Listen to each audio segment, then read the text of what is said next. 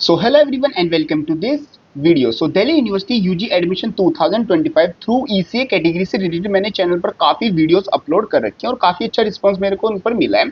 अभी मैंने कुछ दिन पहले related to CW category children's and widows of army personnel से रिलेटेड मैंने एक वीडियो अपलोड की थी, जहां पर मैंने बताया था कि उन बच्चों का जो मतलब सीडब्ल्यू कैटेगरी के थ्रू अप्लाई कर रहे हैं उनका जो एडमिशन प्रोसेस है वो किस तरीके से होता है, क्या कट ऑफ रहती है, कैसे सीट एलोकेशन होता है, पूरा जो कंप्लीट प्रोसेस है मैंने डिटेल में समझाया था। तो काफी बच्चों ने वहां पर एनसीसी और एनएसएस का सीट एलोकेशन किस तरीके से होता है, उनका जो सुपरन्यूमरी राउंड होगा वो अलग होगा, क्या उन्होंने पहले फ्रीज कर दी सीट तो क्या अब उनको मिल जाएगी, और जो कट ऑफ रहेगी मतलब जो 75 में से मिनिमम मार्क्स है वो कितने रहते हैं, उससे रिलेटेड मतलब कि काफी डाउट्स आ रहे थे। तो मैंने यहाँ पर प्रॉपर एक वीडियो बनाई है जिसमें कि मैं बात करूंगा यहाँ पर आपका जो स्पेशली जो एनसीसी एंड जो एनएसएस वाले स्टूडेंट्स आ जाते हैं, बेसिकली ईसीए कोटा के अंदर आता है, तो आपका जो सीट एलोकेशन होगा वो किस तरीके से होगा, कब होगा और कैसे आपको सीट एक्सेप्ट करनी होगी। सुपर न्यूमरी जो आपका राउंड होता है वो जो पुराने वाले जितने भी नॉर्मल राउंड्स होते हैं उनसे कैसे कैसे रिलेटेड होता है। अगर आपने पहले अपग्रेड कर दिया, फ्रीज कर दिया या फिर आप में पहले सीट रिजेक्ट होगी तो क्या क्या आपको प्रॉब्लम फेस करने को मिल सकती है और क्या क्या उनके सोल्यूशन है।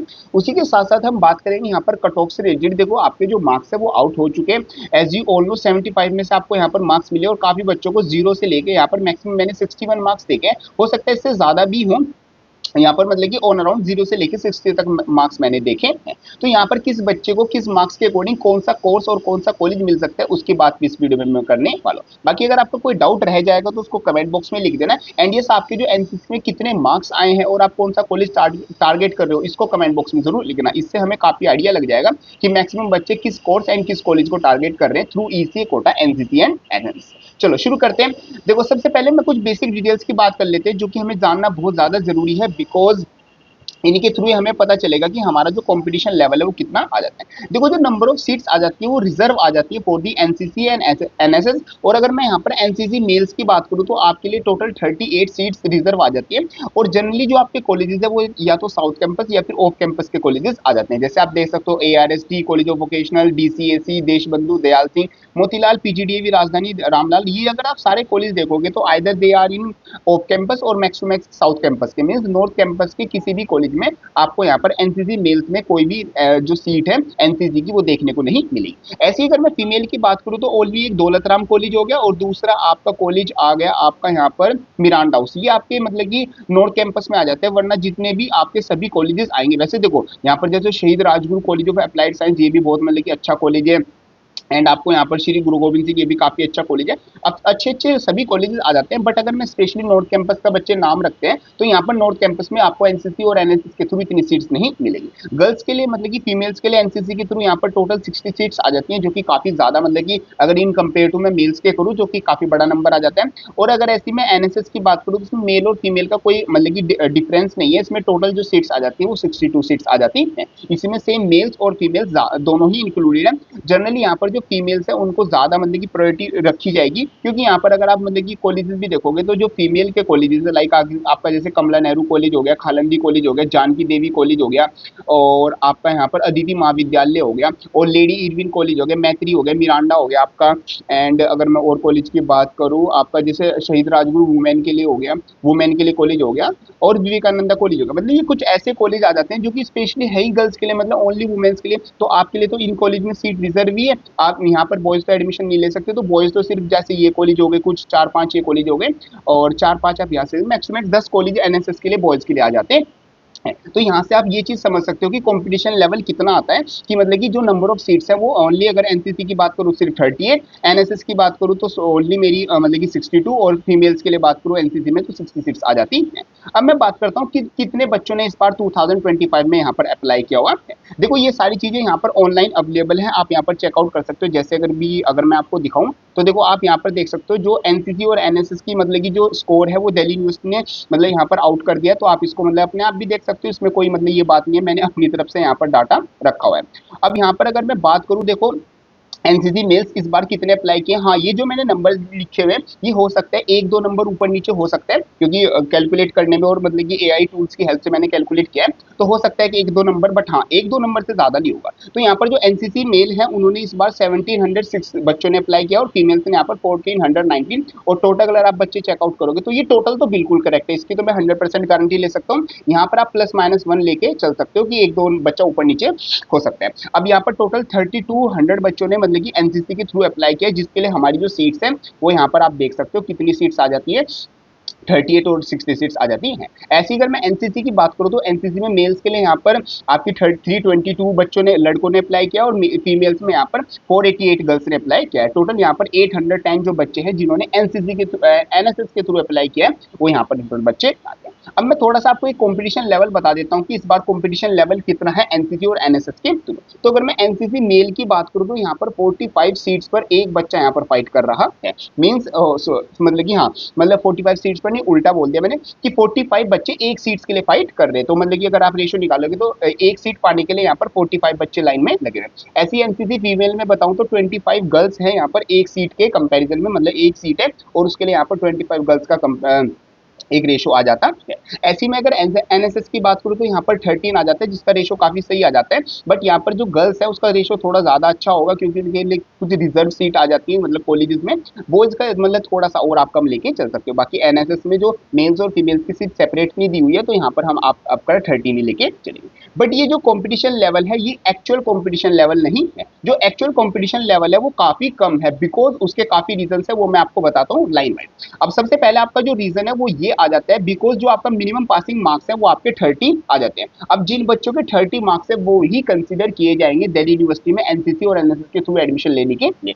अगर आप यहाँ पर एक ऐसे स्टूडेंट हो कि जिसके मार्क्स 30 से कम है, तो सबसे पहले तो वो एनएसएस और जो एनसीसी का जो आपका सुपरन्यूमरी राउंड होगा, सीट एलोकेशन होगा, उससे बाहर हो जाता है, मीन्स उसको वहां पर कोई भी सीट नहीं मिलेगी। तो अगर आप ऐसे स्टूडेंट हो, पहले आप पूरी वीडियो देख लो, आपके लिए भी मैं सोल्यूशन बताने वाला हूँ। और अगर आपके किसी भी बच्चे के यहाँ पर 30 प्लस मार्क्स आ जाते हैं, तो yes you are in a race of NCC and NSS admission 2025। अब यहाँ पर मैं अगर बताऊँ तो 40 से लेके 50% जो बच्चे हैं उनके लेस देन 30 ही मार्क्स आते हैं। जैसे काफी बच्चों के 0, 16, 17, 20, 15। अगर मैं आपको लिस्ट में दिखाऊं, वैसे लिस्ट आप यहाँ पर डाउनलोड करके खुद भी देख सकते हो, आपको पता चल जाएगा।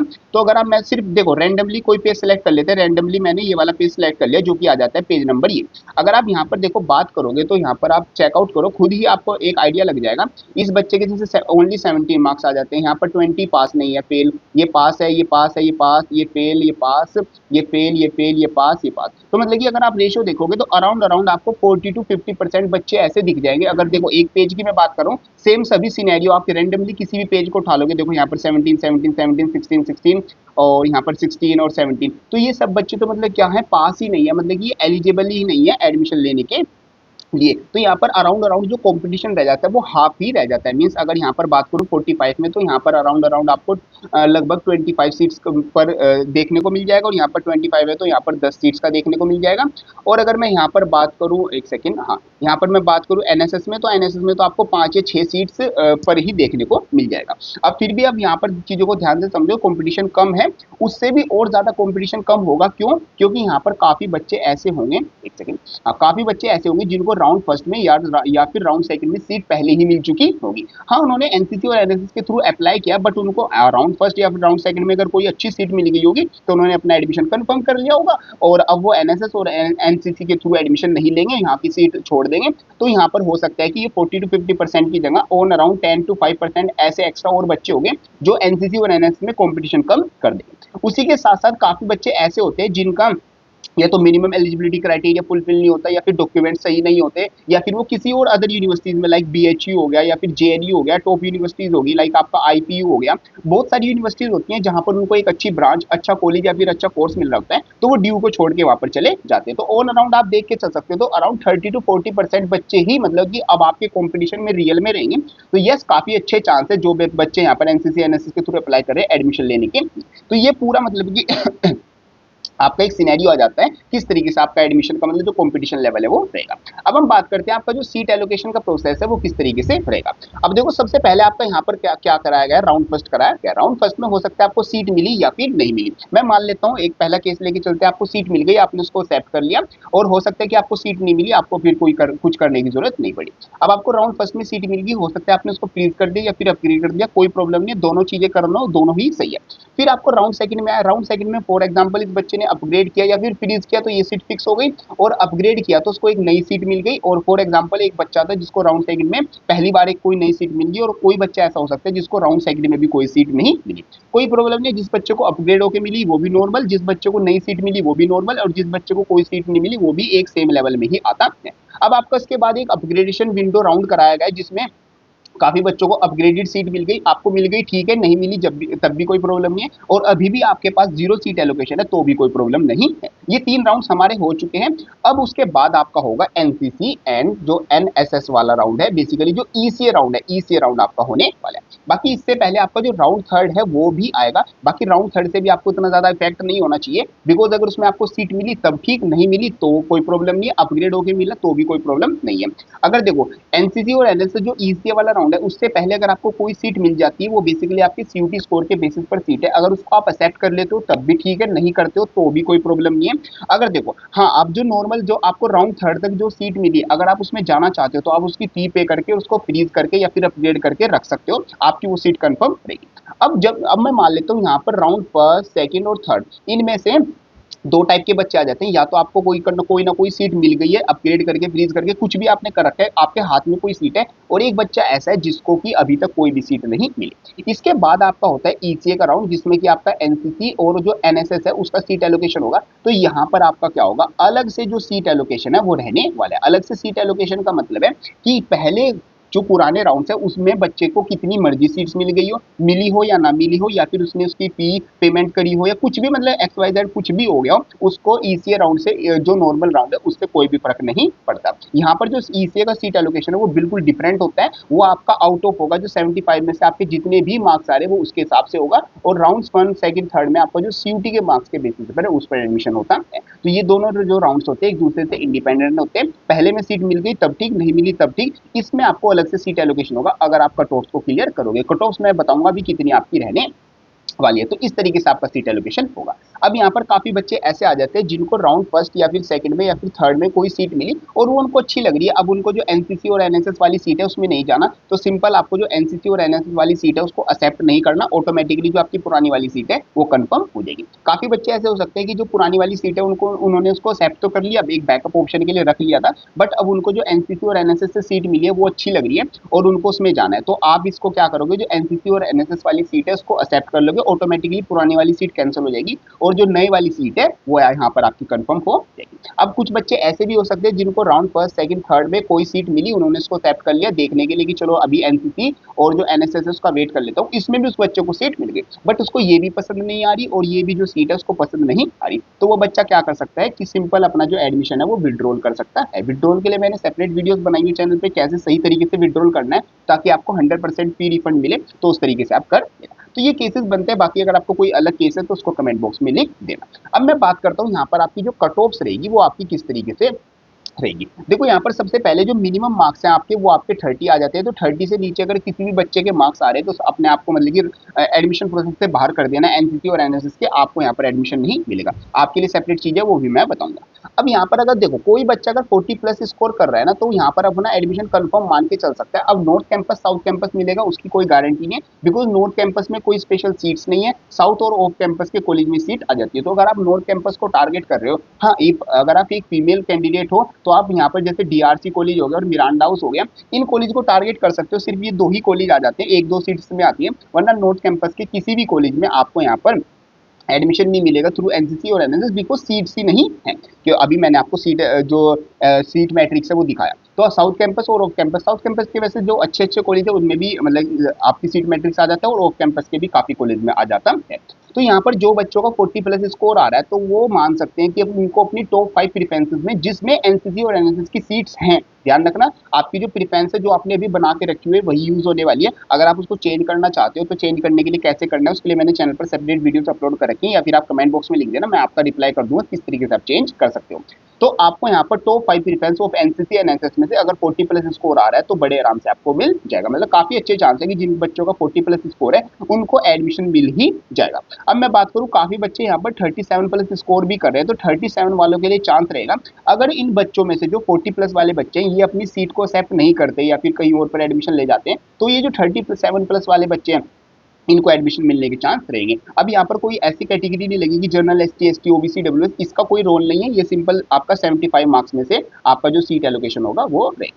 अगर किसी बच्चे के यहाँ पर 35 से कम मार्क्स आ रहे हैं तो उसको तो देखो मैं बोलूंगा कि आपका कोई चांस नहीं है। हाँ, ऐसा हो सकता है कि हो जाए शायद, बट ये आप अपना मतलब कि मन बना के चल लेना कि आपको शायद एडमिशन ना मिले। 37 वालों के लिए भी मैं यही कह के चलूंगा कि इतने ज्यादा होप ना रखें। अगर आप एक मेल कैंडिडेट हो तो अपने लिए जो बैकअप ऑप्शन है वो ढूंढ ले, और एक फीमेल कैंडिडेट हो तो ढूंढ के रख ले। दोनों के लिए मैं ये कहूंगा। और अगर आप 40 प्लस हो तो 40 प्लस में आप थोड़ा सा मन को मान के चल सकते हो कि हाँ, मेरे को कोई ना कोई अच्छा कॉलेज मिल जाएगा। अब वो आपकी पसंद का हो, अपनी पसंद का कोर्स हो, वो 100% श्योर नहीं है, बट हाँ 40 प्लस में आपको कुछ ना कुछ मिलने के चांसेस नहीं। तो इस तरीके से आपका पूरा सिनेरियो रहेगा कि आपको यहाँ पर किस तरीके से आपका पूरा कंप्लीट रहने वाला है। तो होप करता हूँ आपकी सारी चीजें अच्छे से समझ में आ गई होगी। बाकी कोई डाउट आता है उसको कमेंट बॉक्स में लिख देना। एंड इस तरीके से आपका एनसीसी और एनएसएस का सीट एलोकेशन रहता है। बाकी आप किसी और कैटेगरी का अगर सीट एलोकेशन चाहते हो तो मेरे को बता देना, वो मैं आपको यहाँ पर मतलब कि बिल्कुल डिटेल में इस तरीके से वीडियो बना के समझा दूंगा। बाकी कोई डाउट आता है कमेंट बॉक्स में लिख देना। एंड इसी तरीके से रहेगा। बाकी मैं लास्ट में यही कह के जाऊंगा, जिन बच्चों के यहाँ पर देखो 40 प्लस स्कोर है वो बच्चे थोड़ा सेफ अपने आप को कंसिडर करके चलना, वरना 40 से नीचे वाले अपने जो बैकअप ऑप्शन है, स्पेशली जो मेल्स हैं, वो तो अपना बैकअप ऑप्शन रेडी ही रखना, क्योंकि आपके शायद मुश्किल ही चांस है आपको एडमिशन मिले। फीमेल्स भी अपना मतलब कि जो एडमिशन बेसिकली जो अपनी बैकअप ऑप्शन है वो जरूर रेडी रखना। तो इस तरीके से आपका पूरा सिनेरियो रहता है। होप करता हूँ सारी चीजें अच्छे समझ में आ गई। बाकी चैनल पर काफी हेल्पफुल कंटेंट पहले से अपलोडेड है। कोई डाउट है कमेंट बॉक्स में लिख देना, उसका आंसर मैं वहां पर आपका कर दूंगा। थैंक यू सो मच, मिलते हैं अपनी नेक्स्ट वीडियो।